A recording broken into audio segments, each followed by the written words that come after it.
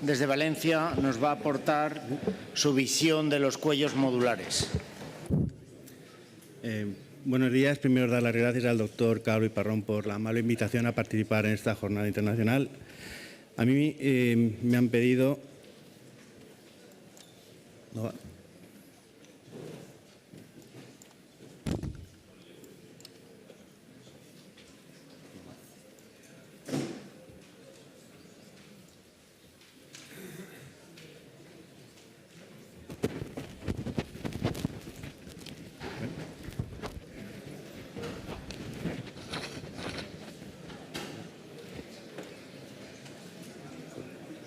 Tenemos la presentación.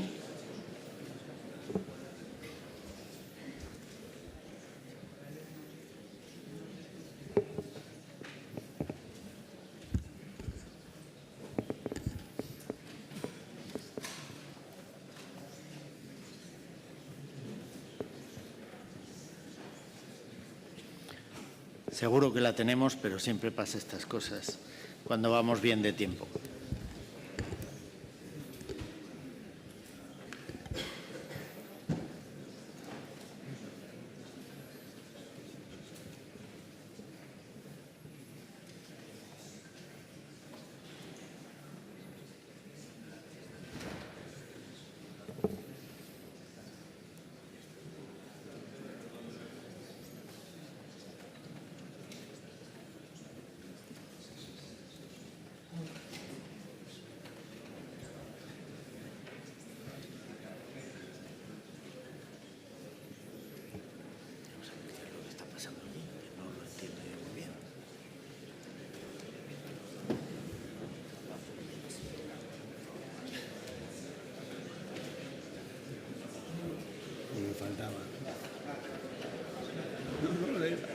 Lo he cargado 3 veces.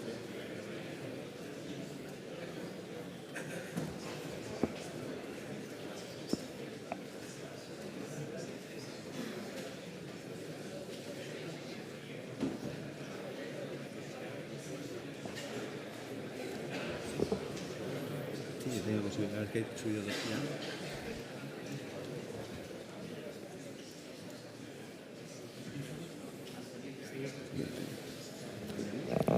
Parece que Ricardo Fernández de la Paz es el siguiente ponente hasta que arreglen los problemas técnicos con el doctor Pelayo y nos va a hablar del Trunion. Hola. Bueno, buenos días. En primer lugar, agradecer a Raúl y a Emilio Calvo la invitación y a Lima Valdemarlín la organización del evento.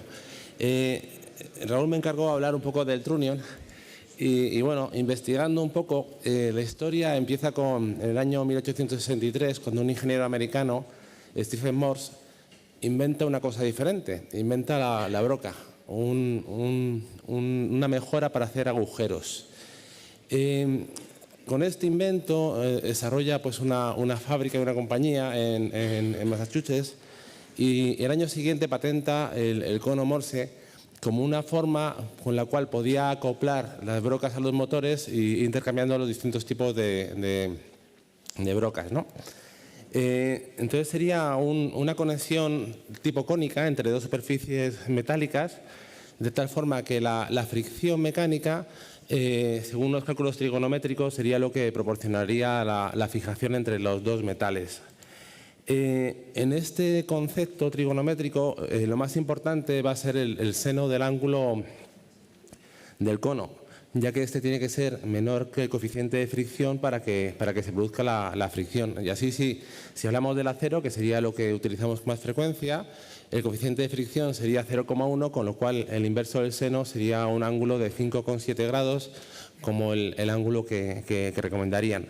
Hay que tener en cuenta que si el cono lo lubricamos, la fijación es menor, entonces tenemos que cambiar el ángulo, tenemos que disminuirlo.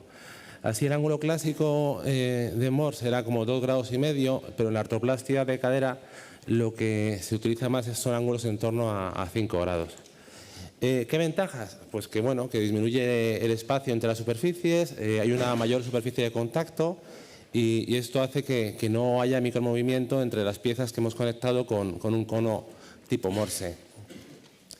¿Cuándo empezamos a aplicar el cono Morse a la prótesis de cadera? Pues bueno, por un lado en Suiza, el profesor Mittelmeier lo hace en el año 74 para la prótesis con cabeza de cerámica, y en el 77 en Francia el Daniel Blanquer lo hace con la prótesis de Ceraver. Antes las prótesis, la cabeza lo que hacían era pegarla al vástago, ahora lo que hacen es fijarla con un cono Morse. Esto haría que la cerámica pues, deformaría el cono de titanio y haría la fijación. ¿Qué es lo que hablamos cuando hablamos de un cono Morse? Pues en realidad hablamos pues, del ángulo, del diámetro y la longitud, pero vemos que esto en realidad hay mucha, aunque son 12-14, cambia un poquito, es 5-38, 5-40, luego no es exactamente igual, con lo cual de alguna forma se intentó, en la década de los años 90, se intentó hacer un eurocono, un cono que fuera estándar para todas las prótesis, pero esto no, la verdad es que no salió para adelante y en realidad pues hay muchísimos tipos de cono, ¿no? Todo esto serían conos 12-14, pero vemos como no, muchas veces no es 12 justo, el ángulo cambia, esto hace que haya mucha variabilidad entre el tipo de cono y eso si solo hablamos de la longitud y el ángulo. Si ya vemos todas las cosas que ven los ingenieros, que serían pues tipo de superficie, pues ya la variabilidad de tipo de cono aumenta un montón. Y de hecho, por ejemplo, si ya vamos a una única casa comercial, vemos como esta misma casa comercial dispone de un montón de conos que han ido evolucionando a lo largo de la historia, con distintos ángulos, distintos y con los modelos de cada prótesis. Pero en realidad, por lo que se habla ahora del trunion es un poco pues, por la corrosión, ¿no? Lo que se habla aquí como la trunionosis. Este concepto comienza con un artículo, un trabajo de John Collier en el año 91, en el que analiza 30 prótesis de cadera que había retirado y veía que cuando el vástago era de titanio y la cabeza de cromo cobalto, en más de la mitad de los casos había corrosión en el cono. Y esto no lo encontraba cuando veía implantes de la misma aleación. Así en un trabajo al año siguiente, ya con más de 100 prótesis, veía que